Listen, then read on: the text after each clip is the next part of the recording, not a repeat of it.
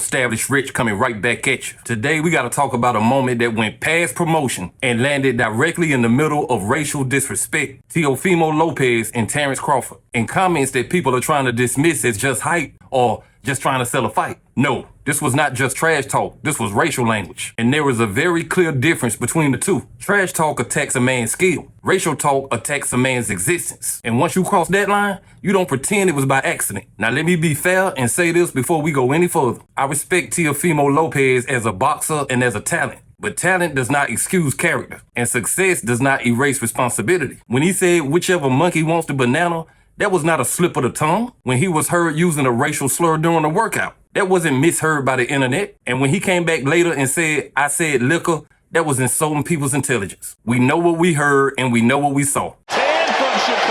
He's the most softest fighter in the division. Decision on the judges' scorecards. Good left hand, the glove nearly touched the canvas for a knockdown. He's one-dimensional. Be a humbling experience for any fighter, certainly for someone with the braggadocious style of Teofimo Lopez. I fought two white boys. Beat both of them. I need a black boy now. Whichever monkey wants to get the banana. And again, Shakur beats him to the punch. I seen it. I seen it. Lopez just has no answers. Zero. And that was a good one. Whichever monkey wants the banana. Going for the kills. Oh, snapping right hand from Shakur, and now lands a couple more. It's the fact that this guy came to America to give me bananas and watermelon with a note on it. It's unprofessional, and I feel like it's racist. And again, Shakur beats him to the punch. Lopez just has no answers. Zero. He's getting schooled. Teofimo Lopez is getting schooled. Gotta put respect to it.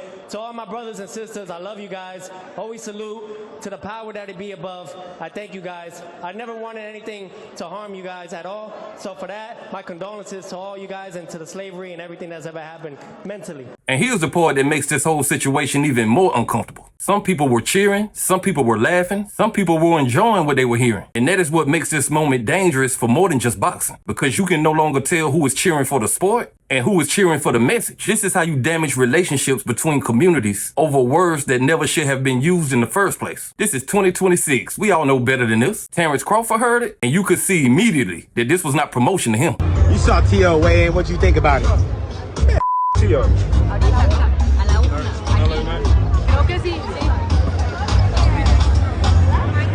This was personal. This was disrespect. And when Crawford responded with street energy, that wasn't boxing talking. That was a man responding to disrespect toward his race. The boxing world needs to have a conversation. But the real question people are not asking is this. Would the apology have come if there wasn't no backlash? Would an apology have come if he had won the fight? Or did the consequences force reflection? Because that matters. You can't say I'm done using racism like you quitting a bad habit. This is not something you try not to do. This is something you choose not to do. And once those words are out in the world, they never go back. Fight promotion don't require racism. Skill is enough to sell the fight. Legacy is enough to sell the fight. Respect is enough to sell the fight. Hate is not. And right now we are left trying to figure out if this was just ignorance or something deeper. Now let's slow down and talk about what really happened here. Because a lot of people are trying to shrink this moment into something smaller than it really was. They saying he was just trying to sell a fight. This is how boxers talk. People are too sensitive. Nuh-uh. No.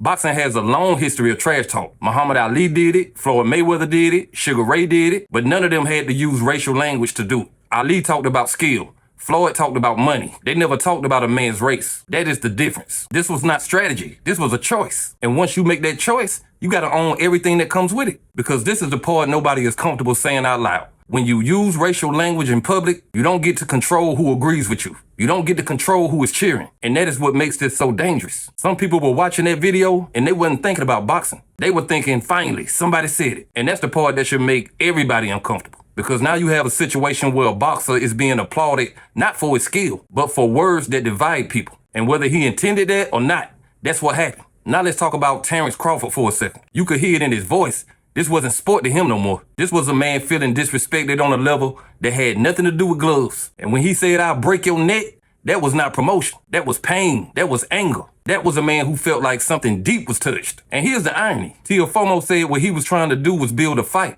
But what he really built was a wall between black and brown communities that didn't even need to be there. People who supported him, people who defended him. And now those same people have to ask themselves a hard question. Was I rooting for a boxer? Or was I rooting for somebody who felt this way the whole time? That question does damage, and it does damage far beyond the ring. Now let's talk about the apology. I'm done using racism. That's what he said. But that phrase tells you something, because you don't stop doing something unless it was something you were doing. And that's why people are not buying it, because the apology sounded like damage control, not understanding. And people can tell the difference. This is why boxing is having a conversation, because this ain't just about one comment. This is about what happens when athletes forget their platform is bigger than their ego. And here's the hard part. If he had never lost, would he have even apologized? Or would this have been celebrated as great promotion? That question is uncomfortable, but it's real. And that's why this story is bigger than the fight. This is about responsibility. This is about how words can travel further than punches, and about how some damage can't be fixed by a press conference. Now we gotta talk about the part that makes this heavier than boxing, because this was never about Lopez and Crawford. This was about everybody watching. This was about people who laughed, people who cheered, people who shared the video like it was entertainment. Because when something like this happens, you start seeing who is rooting for the sport and who is rooting for the message. And that's a very dangerous line, because now you don't know who was supporting him for his skills in the ring and who was supporting him for what he said. That is what can't be undone with an apology. Because once those words leave your mouth, they don't belong to you anymore. They belong to everybody who wants to use them. And some people was using them for the wrong reasons. This is why we were so offended, not just by the words, but because of who felt comfortable clapping for them. And now you have a situation where black and brown communities who have stood together for years in sports, music, and culture are looking at each other sideways over a fight promotion. That should have never happened. Now here's the part that hurts the most. People who said he's just confident, he just talks like that. And now they have to sit with what they saw. Because sometimes a person tells you exactly who they are, but you don't want to hear it. And this is why Buzz reaction matter, because he didn't treat this like promotion. He treated it like disrespect. And that's the line Teofimo crossed. He took it from the sport to something personal and historical. And you don't get to walk that back easily, because people remember how you made them feel long after you forget what you said. Now let's be honest about something. A lot of people online were laughing because they don't like Crawford. But if the roles were reversed and Crawford was using that type of language toward him, the outrage would have been 10 times louder. We pick and choose when we kill. We pick and choose when we get offended. And that's why this moment hit different, because it exposed more than just one man. It exposed a mindset. And that mindset is what makes apologies feel empty, because it's not about what he said after. It's about what he felt comfortable saying before. That's the part you can't unsee. That's the part people can't forget, because athletes have to understand their platform is bigger than their emotions. Their words travel further than they think. And sometimes the damage they do has nothing to do with them anymore. It lives in the people who heard it, the people who agreed with it, the people who were hurt by it. And you don't get to control none of that. This is why you have to be careful what you use as a tool to get attention, because some tools cut deeper than you intended. And when you play with fire like this, you don't always get to choose what burns. But hey, that's just my opinion. What's yours? Like, comment, subscribe. Establish Rich. I'll be back with another one. Peace.